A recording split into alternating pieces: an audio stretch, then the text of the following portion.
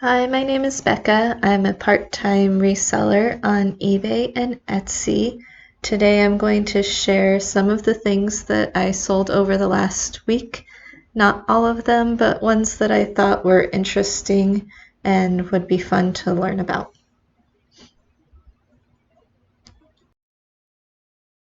All right, first we have this Fenton Amethyst Black swung glass vase. It does not have a pontil mark on the bottom, which made me believe it was Fenton.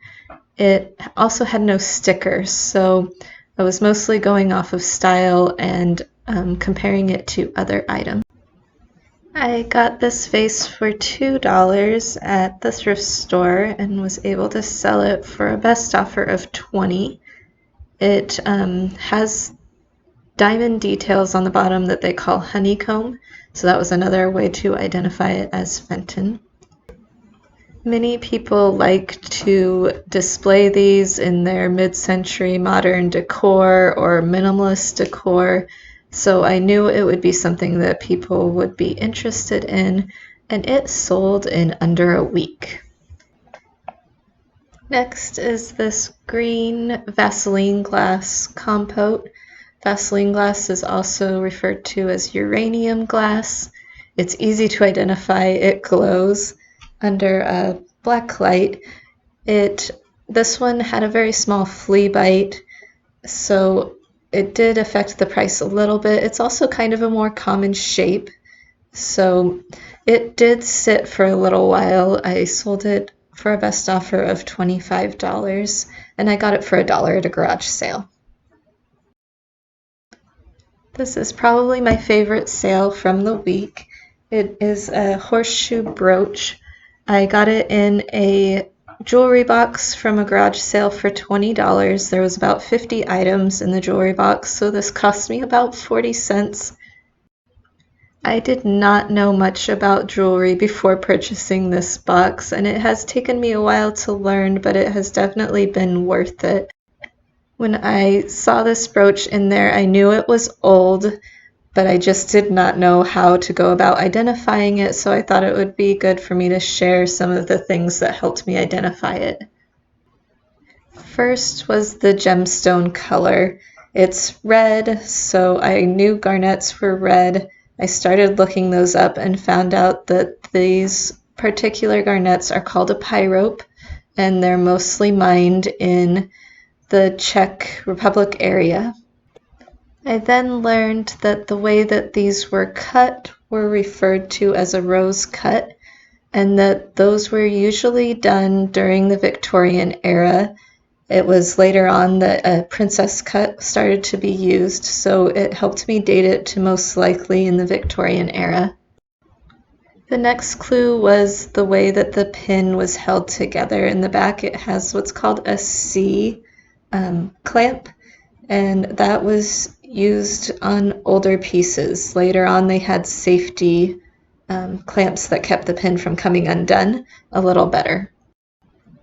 All of that information helped me look it up on eBay and find comparable items. I was able to find 2 or 3 others, but they were larger, so I priced it at less because it was a smaller brooch. But it sold extremely quickly within about a half a day. I probably could have priced it for more, but I was very happy to send it off to the new owner. It was somebody who owns a horse ranch, which I thought was very fun. Next is this J. Crew pea coat. I actually picked this up for myself. I kind of have a problem. I have too many coats, and I love a pretty pea coat. I had it for a season and didn't hardly ever wear it, and decided that it was probably time I sell it. So I listed it for $40. It did have some pilling and wasn't as nice as some of the other ones that were listed for around $50 and up. I did end up selling it for a best offer of $30, but was happy to let it go. I got this at a thrift store half-price day for $6. Next is this mid-century style enameled brass pitcher When I turned it over, it said Made in Israel on the bottom. It wasn't that surprising to me. The thrift store that I was at is near a Jewish community center and has kind of a strong Jewish community there. I identified it very quickly as something that was probably religiously important. I don't know that much, but I felt like it was important that it not stay at the thrift store. So I went ahead and got it. I paid $2.50 for it and brought it home, listed it. It was for sale for a little while, about 3 weeks. I took a best offer of $25. I was just glad to send it off to somebody who was going to use it either for display or for religious purposes. I was happy that it was going to be used. This is a ski suit that was actually my dad's. My parents have been cleaning out their home and asking me to sell some items for them every once in a while.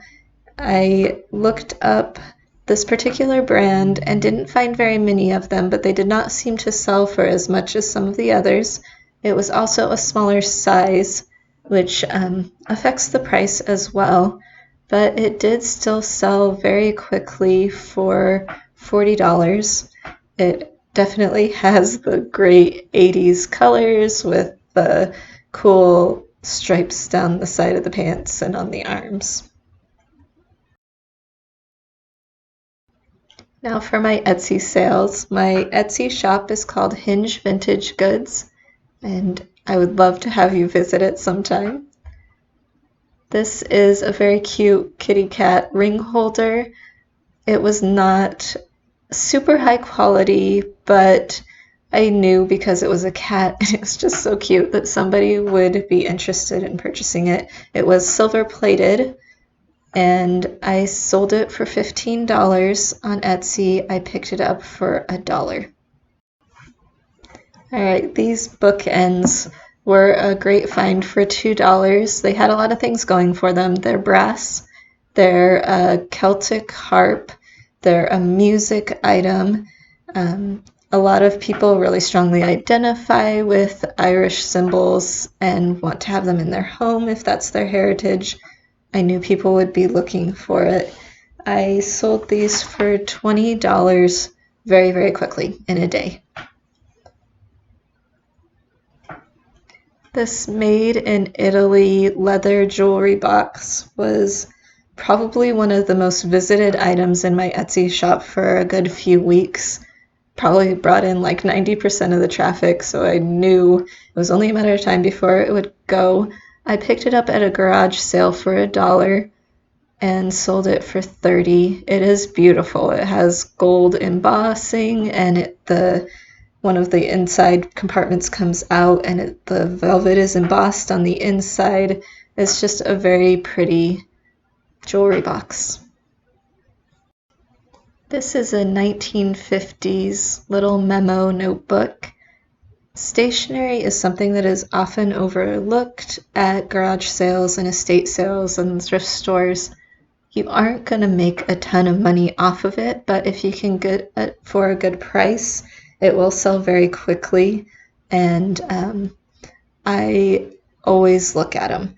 This I got for $1 at a garage sale. It was in excellent condition. It looked like somebody bought it, put it in a closet or something, and never ever touched it. It had lots of filler papers, hardly any wear to the edge. This sold in a week for $20. This is another item I would classify kind of like the stationery. It's a recipe box or an index card file. It had the letter index cards inside. It was a vintage green color. I see these a lot. I have sold a lot of them. And it sold in a couple of days for $15. I picked it up for $1 at a thrift store. So I thought it would be beneficial to go over what I made. For the cost of the items that I showed you in the video, it was $17.90. And from the sales of those items, I made $370. So if you take out the cost of goods, I made $352.